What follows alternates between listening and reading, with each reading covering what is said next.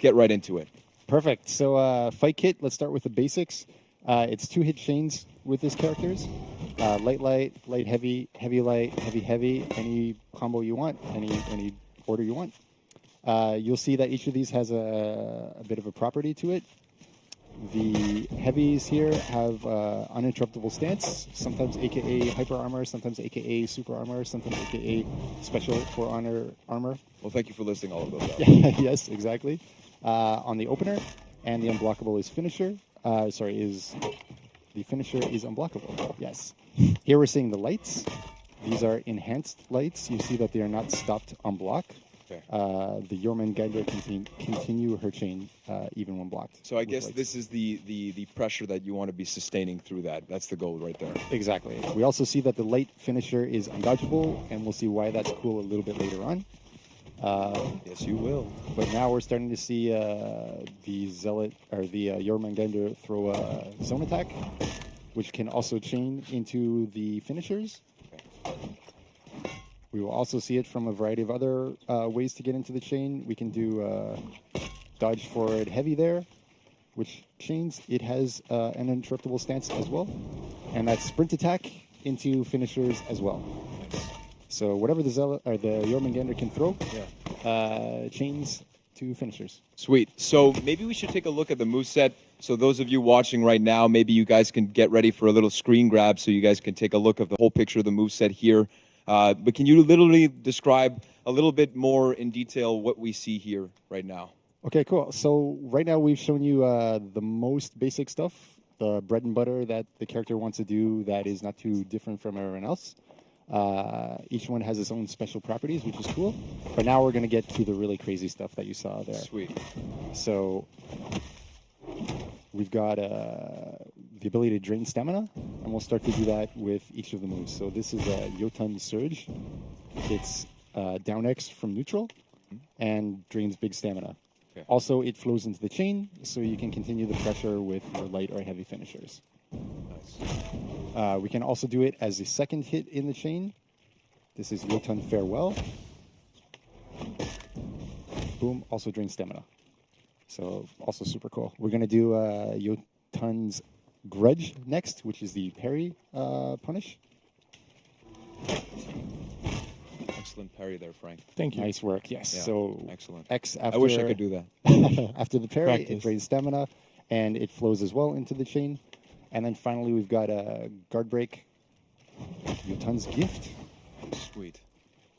So there, you're pressing the light attack button. You get a free melee, which flows into your free light finisher.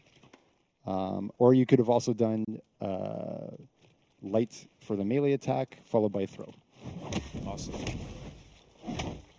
And so in terms of, right now, we're looking at specifically what the Jormungandr can do in a duel situation. But do you guys see the Jormungandr playing a specific role on the team? Yeah, I mean, there's a couple things that Jormungandr can do here. As a heavy class, we'll see between the opening heavy having the uninterruptible stance, and the feats later on we'll see give a lot of survivability to the character.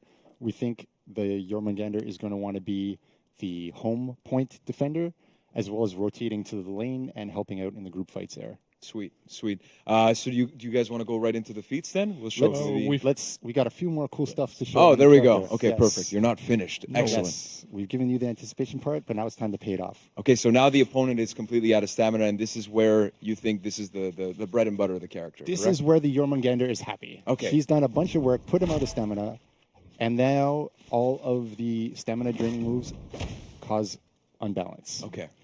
Why is that cool? What if we could do something that caused damage after that?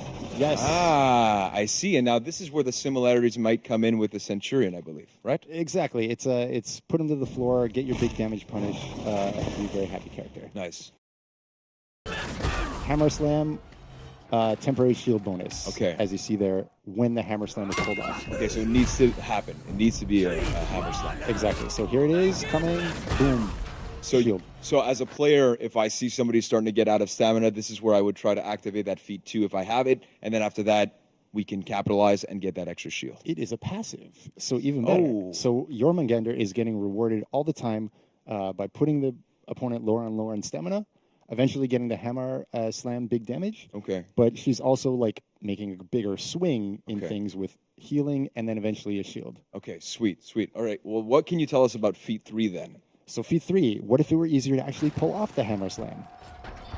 Feat 3 is a zealot bolt, and you see here, puts the opponent out of stamina instantly.